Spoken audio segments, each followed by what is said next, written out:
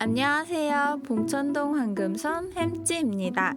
오늘은 여러분들이 프로크리에이트를 사용하면서 궁금했던 것들에 대해 답변하는 시간을 가져보겠습니다. 먼저 취향 차이이지만 제가 사용하는 설정에 대해서 궁금하신 분들이 계셔서 한번 쭉 훑어볼게요. 동작, 설정에 들어가서 밝은 인터페이스 옵션부터 볼까요? 인터페이스를 블랙으로 사용하실 수도 있고 흰색으로도 사용할 수 있습니다. 와! 다음 그 아래 오른손잡이 인터페이스를 꺼주면 이쪽으로 바가 가는 걸 볼 수 있죠. 저는 왼손잡이이기 때문에 왼손으로 그리고 오른손으로 브러쉬 조절을 합니다.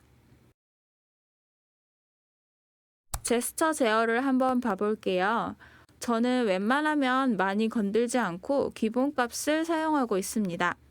한번 쭉 훑어볼게요. 손가락으로 할 수 있는 것은 사용하고 있지 않고요. 지우개 기능도 단축키 없이 지우개 브러쉬를 직관적으로 사용하는 편입니다.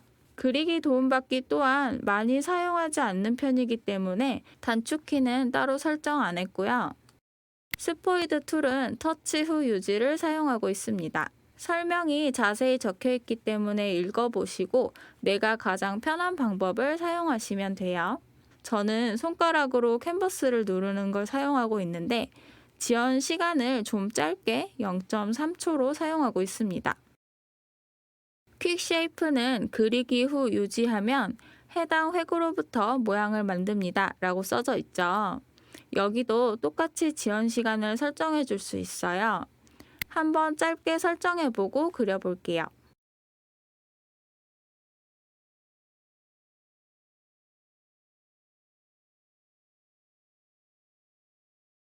보시면 엄청 빠르게 모양 편집을 할 수가 있죠. 그런데 만약에 다시 제스처 제어 가셔서 지연 시간을 1.5초로 해볼까요?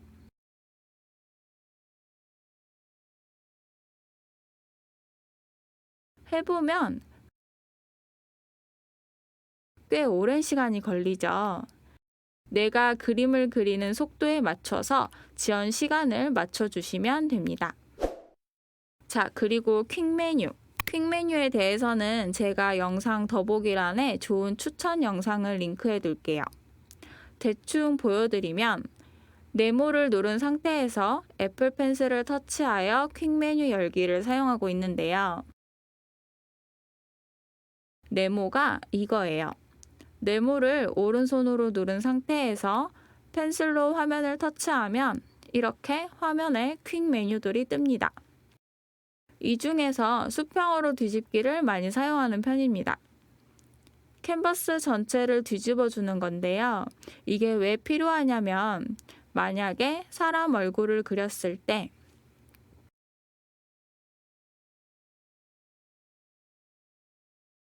이렇게 그렸어요. 나한테는 익숙한 방향이라서 자연스러워 보이지만 수평으로 뒤집으면 모양이 이상한 부분이 내 눈에 보입니다. 어느 방향에서 봐도 자연스러워 보이도록 그림을 수정할 때 아주 용이한 기능입니다. 이 기능은 꼭 추가하시면 좋을 것 같아요. 그리고 다시 제스처 제어 보시면 전체 화면. 이게 아마 기본값일 거예요. 내 손가락 탭을 하면 주변 인터페이스가 사라지면서 캔버스 전체 화면을 깔끔하게 볼 수 있습니다. 레이어 지우기는 새 손가락을 문질러서 사용하고 있습니다. 이것도 아마 기본값일 거예요. 이 상태에서 새 손가락으로 좌우로 슥슥 문질러주면 레이어에 있는 그림 전체를 지울 수 있습니다. 복사하기 및 붙여넣기. 새 손가락을 쓸어내려서 옵션을 엽니다. 이것도 정말 많이 사용하는 기능입니다. 영상 뒤쪽에서 좀 더 보여드리도록 할게요. 레이어 선택은 따로 사용하고 있지 않고요. 일반 탭을 보시면 터치 동작 비활성화. 손가락 터치는 제스처만 발동합니다. 만약에 이 기능을 끄면 손으로도 그림이 그려집니다.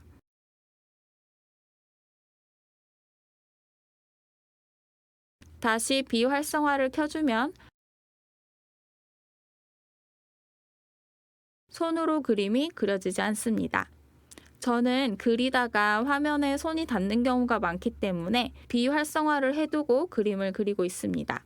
또 자주 사용하는 제스처 중 하나는 두 손가락으로 캔버스를 회전하거나 또는 살짝 꼬집어주면 캔버스가 스크린 크기에 맞게 자동 조절이 됩니다. 자, 다음 질문. 이 그림과 이 그림을 각각 다른 캔버스에 그렸어요. 그런데 그림을 합치고 싶습니다. 합치고 싶은 그림에 들어갑니다. 첫 번째 방법.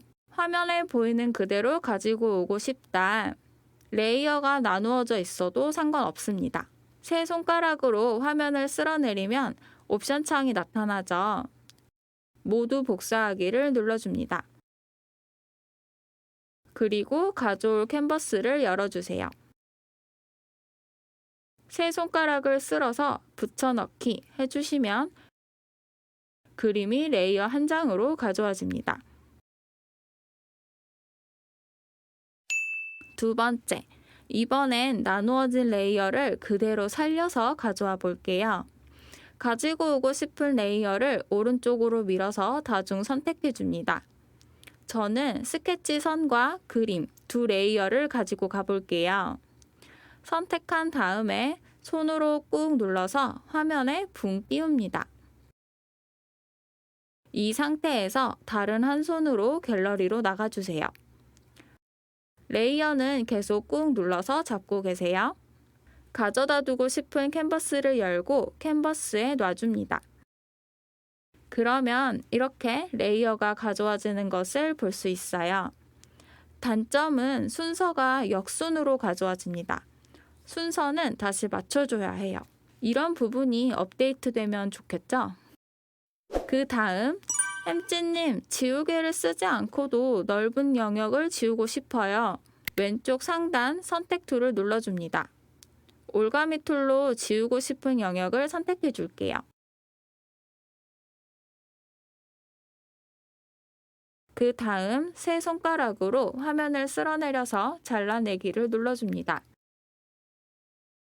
넓은 영역은 지우개로 하나하나 지우기보다 이렇게 선택해서 지우시는 게 더 편하겠죠. 올가미 툴 말고도 직사각형이나 타원을 선택해서 그때그때 상황에 맞게 사용하시면 될 것 같습니다. 그림 크기를 여러 가지로 저장하고 싶어요. 동작 캔버스에 가시면 현재 캔버스 정보를 볼 수 있습니다. 보시면 너비와 높이, DPI 해상도 다 나와요. 레이어를 몇 개 사용할 수 있는지도 나옵니다. 지금 최대 레이어 250이죠. 햄찌님, 저는 레이어 수가 계속 부족하다고 떠요 라고 말씀을 자주 해주시는데 그 이유는 캔버스의 크기를 너무 크게 사용하고 계시기 때문입니다. 프로크리에이트가 정해진 용량이 있는 것 같아요. 캔버스 크기가 커질수록 레이어의 사용수가 줄어듭니다. 캔버스 크기를 변경해서 같이 확인해 볼까요? 동작, 캔버스, 잘라내기 및 크기 변경에 들어갑니다. 캔버스 크기를 변경할 때는 이렇게 직접 키우는 방법도 있지만 현재 비율을 유지하면서 크기를 변경하고 싶다 하시면 오른쪽 상단 설정에서 캔버스 리샘플을 켜줍니다. 크기를 키워볼게요. 가로든 세로든 한 가지만 입력해도 알아서 비율을 맞춰줍니다. 비율은 같은데 캔버스가 더 커졌어요. 눈으로는 잘 모르겠죠. 캔버스 정보에 가서 확인해 볼게요. 3500픽셀로 엄청 커졌죠. 그리고 레이어 탭에 가서 보시면 최대 레이어가 250에서 38로 확 줄어들었습니다. 무슨 말인지 알겠죠? 이렇게 비율을 유지하면서 크기 조절하기, 최대 사용 레이어에 대한 개념, 캔버스 정보 확인하는 방법까지 알아봤습니다. 그림을 그리고 확대하면 깨져요 라고 하시는데 확대하면 저도 깨집니다. 프로크리에이트는 점, 네모가 모여서 만들어지는 이미지, 비트맵 방식이기 때문에 확대하면 계단처럼 깨집니다. 이 사항에 관해선 비트맵과 벡터의 차이점이라고 검색해 보시면 잘 정리된 좋은 정보들을 얻으실 수 있으실 거예요.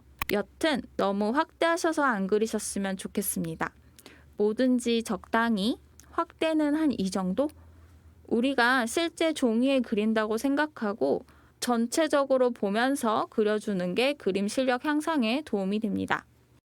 포토샵에는 아웃라인 기능이 있어서 몇 번의 딸깍으로 만들어지는데 프로크리에이트에는 아직 그런 기능이 없습니다.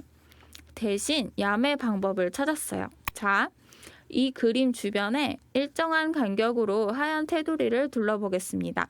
선택 툴을 누르고 자동 옵션을 선택한 다음 배경을 터치해 주세요.